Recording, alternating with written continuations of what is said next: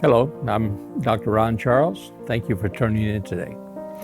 You know, one of the most interesting stories that we all learned in Sunday school, or those of you who have grown up in a Christian environment, in a church environment, we sang a song about Zacchaeus. It was a wee little man, and he climbed up in a sycamore tree to see Jesus. And it's a nice little children's story and a children's song, but there is a reality to it. That really did happen. It really did take place. It happened in the city of Jericho. Now, this Jericho was the Jericho of Jesus' day, and it was Jericho number 19. And it was Jericho that was actually had been given to Cleopatra as a wedding gift by Mark Antony.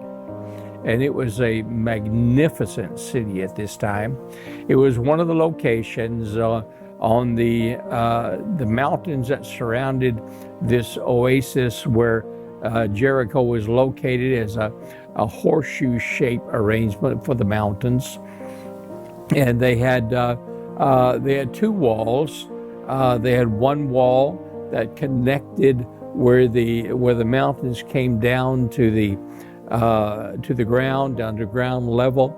There was a wall that went across at that point, and then there was another wall that was about a half a mile to almost 3/4 of a mile further out, away from the mountains, and that wall went all the way to the end.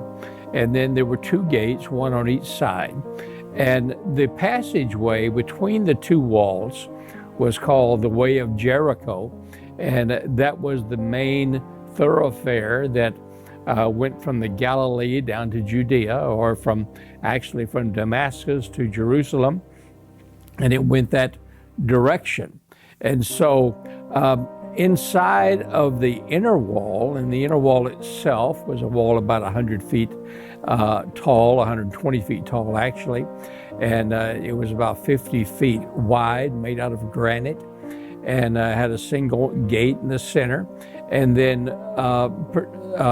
beyond that wall was the main city. Now, there was no traffic that was allowed, no horse traffic, chariot traffic was allowed in that city except on two major streets. The rest of it was all pedestrian traffic. The streets were laid out in a kind of a checkerboard form, and it was absolutely magnificent. The streets themselves were lined with orange trees and with palm trees, with limes and lemon trees, and then between these trees that there were vanilla violets, and as well as balm palms. And in fact, Ovid was so impressed with the city that he said that the gods inhabit the place, because even the very scent of the city is godly. And so it was a magnificent city that was at this time. All of the major players in politics and in the emperorships and so forth had palaces there. Herod Antipas had a palace. Herod the Great, of course, Cleopatra had a palace there. There's no indication she ever visited, but it was given to her, and she had a palace there. Mark Antony had one there. Tiberius, Augustus Caesar had a palace there, and it was basically the playground for the rich and famous. And they also had some very strict regulations on who was going to own property there and who was going to own any type of palace that was there. You had to have a worth in present day goods, present day numerical value, you would have to have an estate of over $10 million to even qualify to buy property or to build in that city. And so it was an extremely wealthy city. It was also an education center. There were over 70 institutions of higher learning there. We call them universities or philosophy schools and teaching schools. There were also 170 different religious establishments, temples and gods and goddesses, palaces, and those types of things.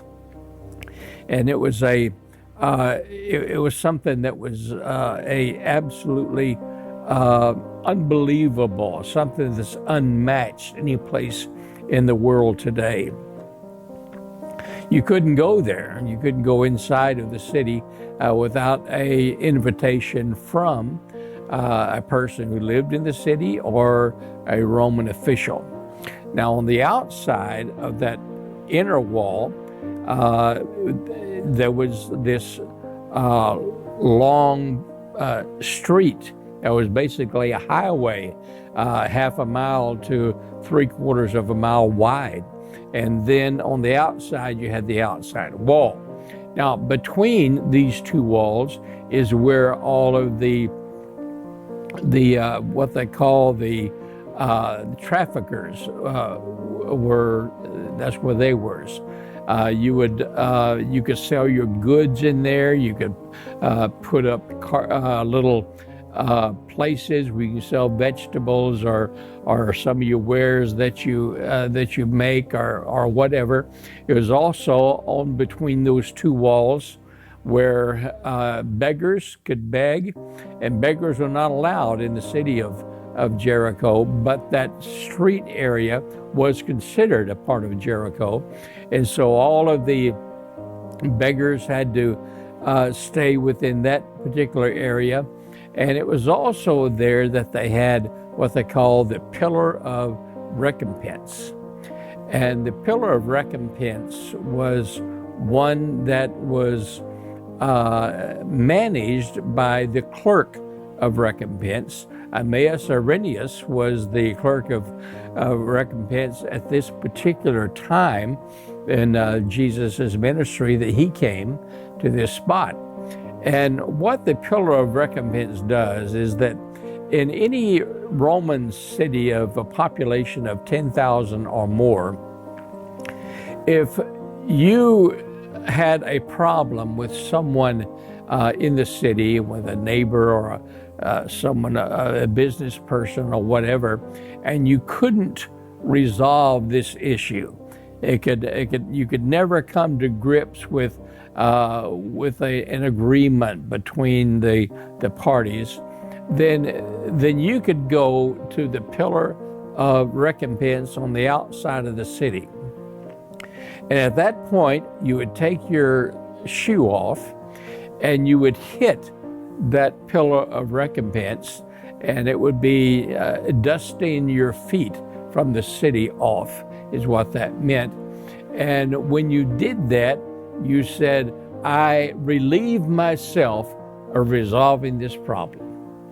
And so the clerk of recompense is there, and he's there recording everything, all the events, what brought you to that point, and what is needed from you.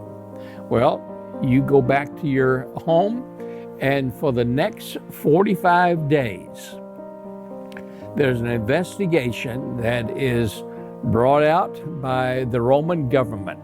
And this clerk of recompense is the one who kicks this thing off, the investigation off. Now, after these 45 days, if it's determined that you have a case, and it's determined that you have been abused, then the ones who did it has to pay you 4 times the amount that is owed. And if he does not pay, or if there's some reason why they skip out on the payment of some sort, then they will spend 14 years in Roman prison and have all of their properties confiscated.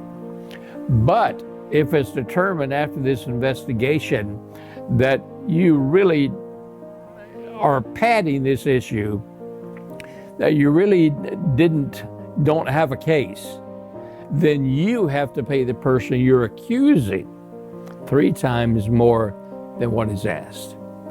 And so not only is this clerk of recompense there to take care of this business, but he's also the public recorder.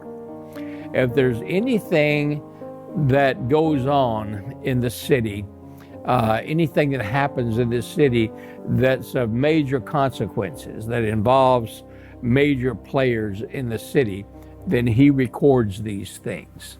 And Irenaeus and his records are on our own catalog at the Vatican Museum in Vatican City. And he records this event about Zacchaeus, because Zacchaeus was a tax collector for the Roman government. He was an Idumean, which means that he was from an Arabic background, which does relate to Abraham, as you probably well know, and when Jesus actually refers to this. So let's look at this story of Zacchaeus, and we see it in the 19th chapter of the book of Luke, verse number 1. And Jesus entered and passed through Jericho. And behold, there was a man named Zacchaeus, which was the chief among the publicans or tax collectors, and he was rich. History tells us that the total worth of Zacchaeus was about $243 million in today's money standards. And he sought to see Jesus, who he was, and could not for the press, because he was little in stature. Obviously, Jesus had received some type of invitation that he was allowed in the city. And he ran before and climbed up into a sycamore tree to see him, for he was to pass that way. When Jesus came to the place, or to the tree, he looked up and saw him and said unto him, Zacchaeus, make haste and come down, for today I must abide at thy house. Other translation says, I will have dinner with you. And he made haste and came down and received him joyfully. And when they saw it, they all murmured, saying that he was gone to be a guest with a man that was a sinner. Zacchaeus stood. This was during the meal, or during the entertainment of Jesus, and said unto the Lord, Behold, Lord, the half of my goods I give to the poor, and if I have taken anything from any man by false accusations, I restore him fourfold. And Jesus said unto him, This day is salvation come to this house, forasmuch as he also is a son of Abraham. And he was a son of Abraham, he was Arabic. So he was the son of Abraham through Hagar and Ishmael. Well, the Son of Man is come to seek and to save that which was lost. According to the historical records, we know that Zacchaeus did pay back $47 million to the poor and to those that he had ripped off through his tax activities. And so he did do what he said he was going to do. But notice that he committed to do this before Jesus said salvation had come to him. And so just because Jesus was there, because Jesus showed up, it convinced Zacchaeus to open his pocketbook and to give back that he had stolen, plus 4 times more than he had stolen, and to seek forgiveness for his past indebtedness to God. And so I think it's quite interesting that when you look at this scenario, it is even relative today. You know, some churches, some pastors, some people in churches, they say, well, you know, we haven't had anyone accept Christ for a number of months or number of years in our church. Well, maybe it's because Jesus is not there. Because when he's there, then the natural flow of events is conviction. And when Jesus is there, then it's naturally, Jesus doesn't have to say a word. It's naturally so beneficial that even that person who is hard-hearted and a sinner is changed. And he commits to make a life change that nothing else can match. And such is the case of Zacchaeus. Now we know through history that Zacchaeus did just exactly what he said he was going to do, and not only that, from his own personal wealth, he funded much of the early church in that particular area after Jesus had ascended to heaven. In fact, there were 2 churches that were established in Jericho, and Zacchaeus funded both of them. And not only that, he funded the missionary efforts that spread the gospel of Christ all the way up into what is present-day Georgia, present-day Armenia, and present-day Afghanistan and Pakistan. And that was funded by Zacchaeus. His heart truly was changed just because Jesus was there. He was very excited to see him. And Irenaeus recorded this event. He recorded everything that went on and recorded how Zacchaeus reacted. And so once again, as many times before, the Roman historians, those that record the history for the Roman government, the events that happened during the life and the ministry of Jesus, again, is confirmed. Not that it proves the Bible is correct. The Bible doesn't have to be proven. It's the Word of God, period. But it just confirms the fact that the Word of God has always been true.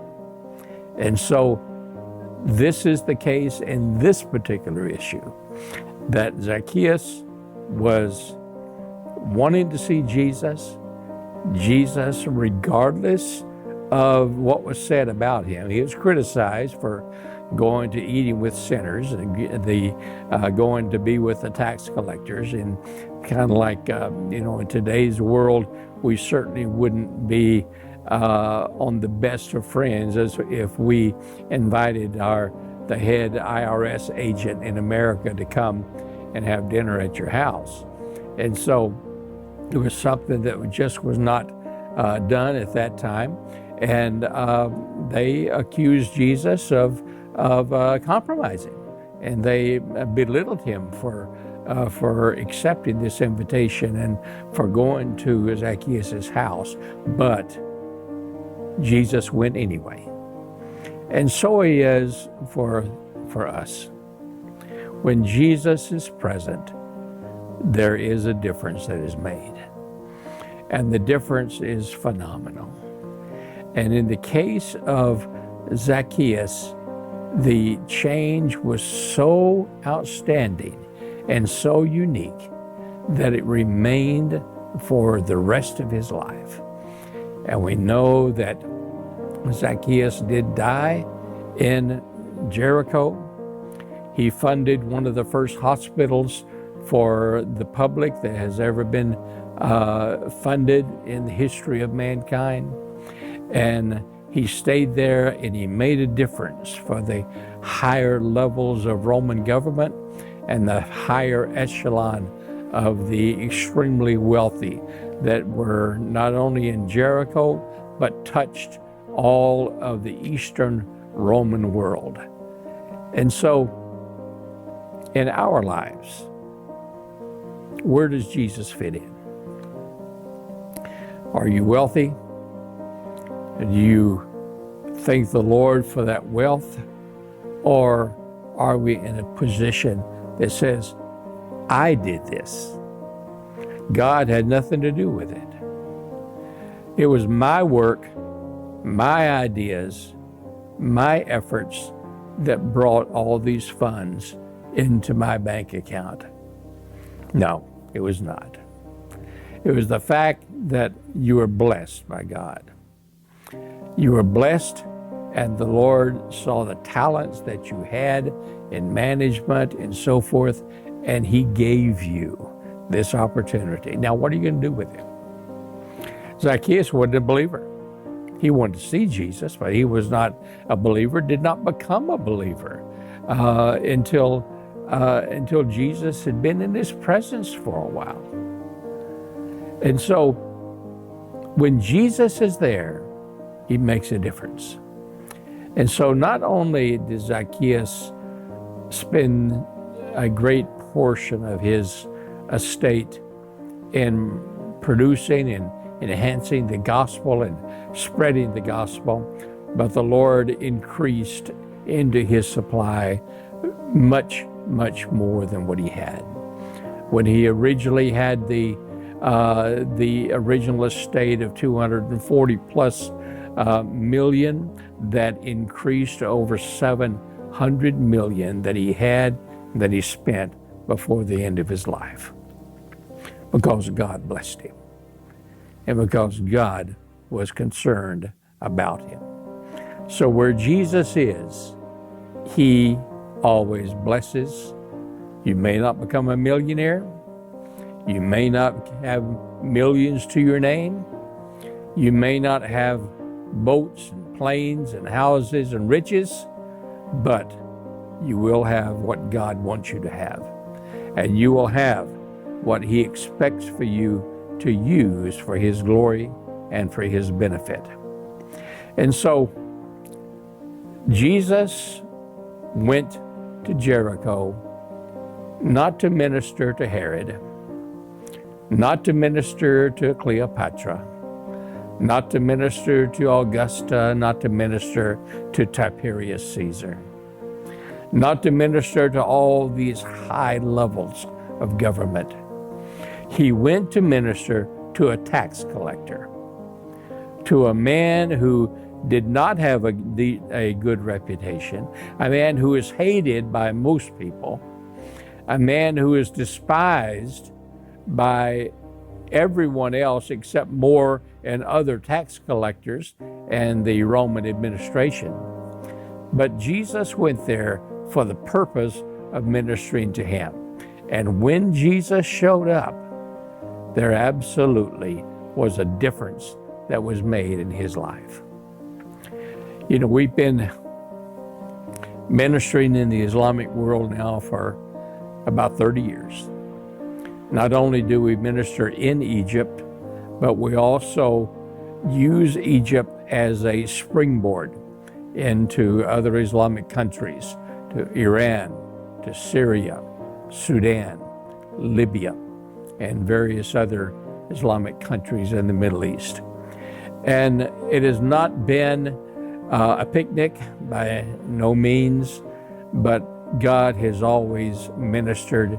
He has always helped. You know, there are times that we were down to zero, but God always intervened and God always met the need. So many times we were seeking Him, and where do we go now? What do we do now? And then He provided the opportunity.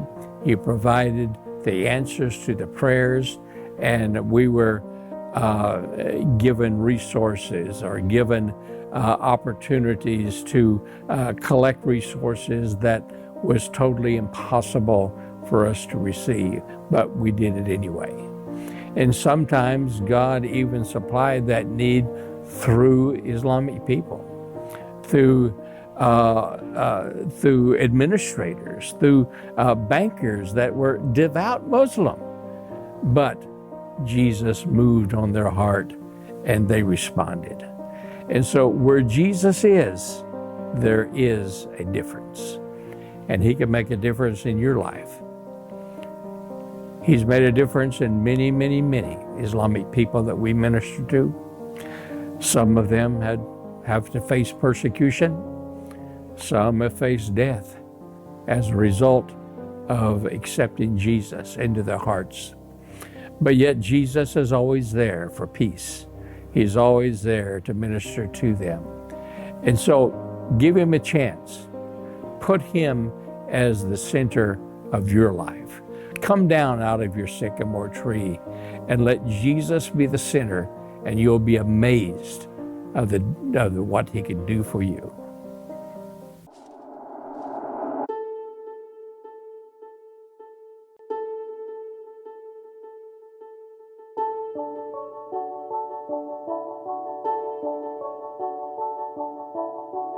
Welcome to Canaan, a small indigenous community here on the west coast of Colombia. In recent years, Canaan has grown tremendously. The people here have a heart for God and for sharing His love. This is where the Cubit Foundation does their work.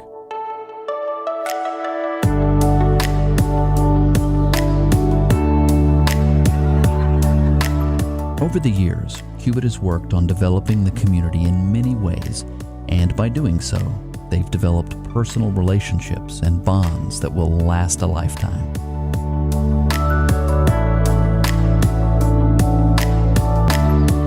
Cuando viene cualquier persona del extranjero, pues lo recibimos con mucho amor, recibimos con mucho aprecio, con mucho afecto, porque sabiendo que si esta persona vive tan lejos, no nos conoce y nos viene a visitar, eso para nosotros es muy satisfactorio y toca mi corazón de una manera especial. Brad Charles is one of the leaders behind Cubit and their work in Canaan, Colombia. His passion is for helping people in need around the world and doing God's work out here on the mission field.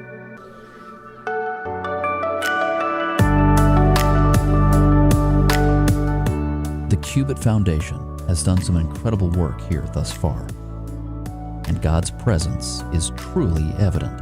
Cubit has taken part in service to the village of Canaan, and with your help, Cubit will continue to serve them and many more around the world. When people give to Cubit, I want them to go. I want them to go with me, and I want them to experience this.